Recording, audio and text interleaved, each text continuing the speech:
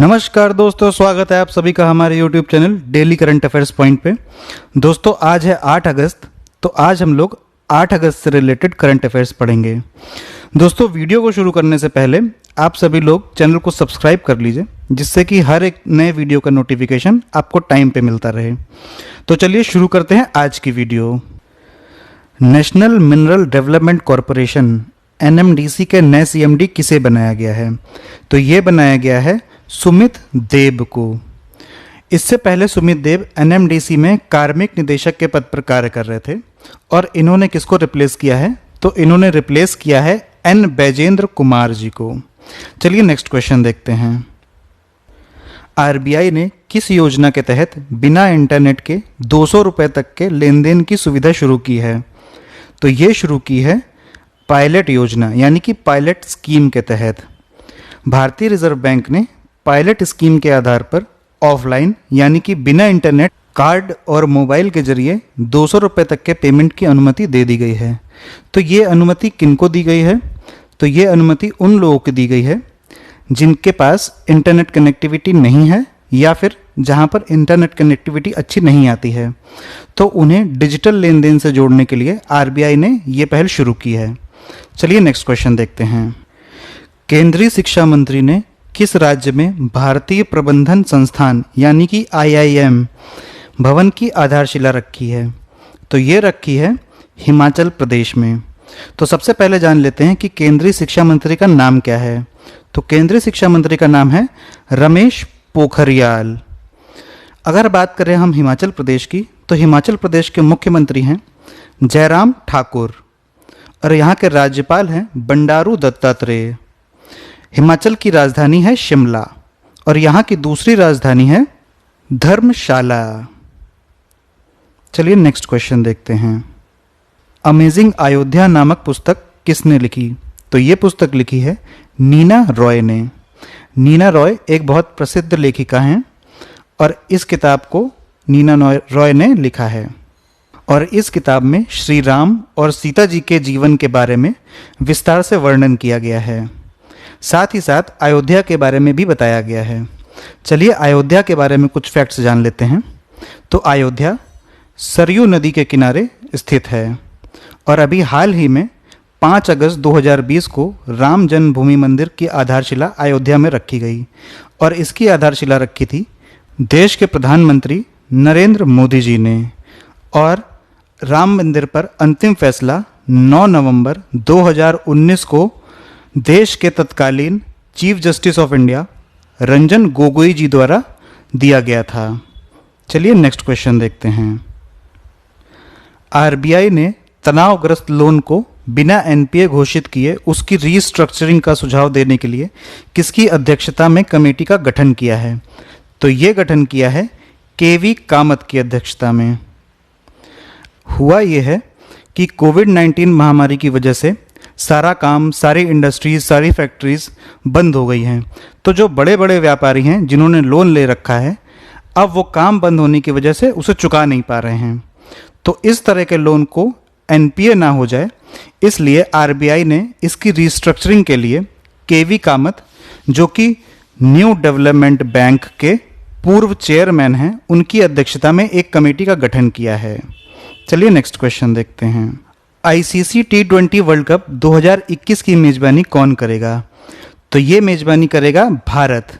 2021 में यानी कि अगले साल जो T20 वर्ल्ड कप होगा उसकी मेज़बानी भारत करेगा। चलिए ICC के बारे में थोड़ा जान लेते हैं।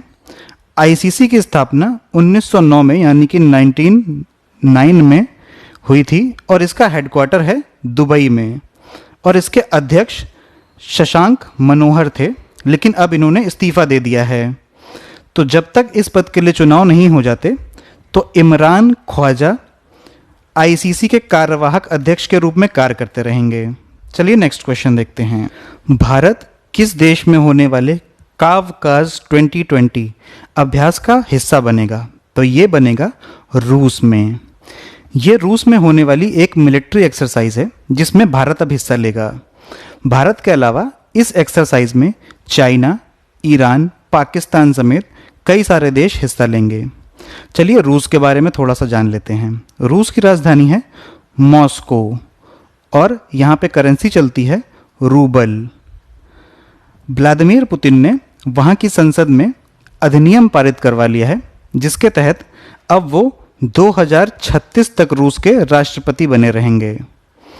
चलिए एक फैक्ट और जान लेते हैं कि पूरे विश्व में सिर्फ 2 ही ऐसे देश हैं जिनकी सीमा एशिया और यूरोप दोनों से लगती है। ऐसे 2 ही देश हैं।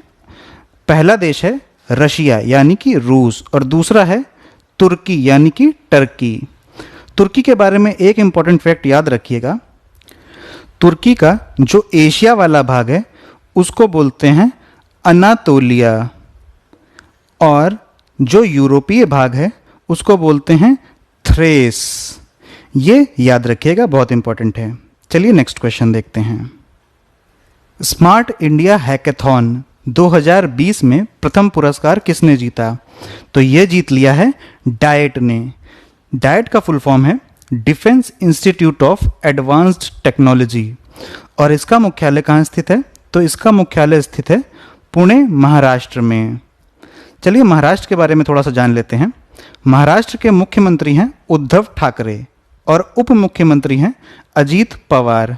यहाँ के राज्यपाल हैं भगत सिंह कोश्यारी और महाराष्ट्र की राजधानी है मुंबई।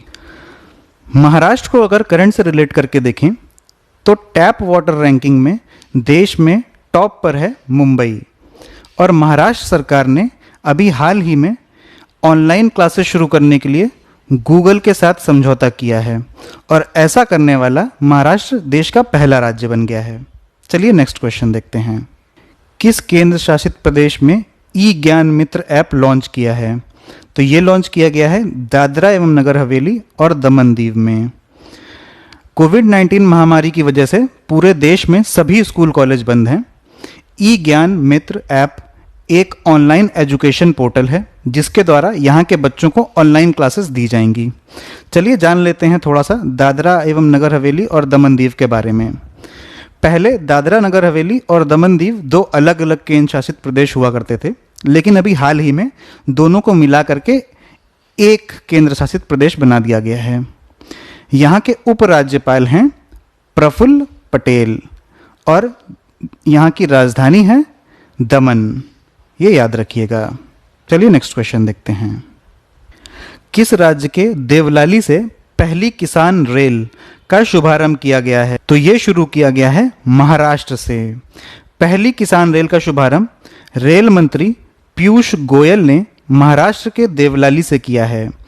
किसान रेल को शुरू करने का उद्देश्य ये है कि किसानों द्वारा उगाए गए फलों, सब्जी और अनाजों का ट्रांसपोर्ट सही समय पे हो जाए जिससे कि वो खराब ना हो पाएं। और ये ट्रेन नासिक यानी कि महाराष्ट्र के नासिक में देवलाली से बिहार के दानापुर तक चलेगी और इसके बाद और भी कई किसान रेल चलाई जाएंगी। दोस्तों अगर आज का वीडियो आपको पसंद आया हो तो वीडियो को लाइक करें, चैनल को सब्सक्राइब करना बिल्कुल भी ना भूलें और कमेंट करके ज़रूर बताएं कि आपको आज का वीडियो कैसा लगा। वीडियो को देखने के लिए बहुत बहुत धन्यवाद।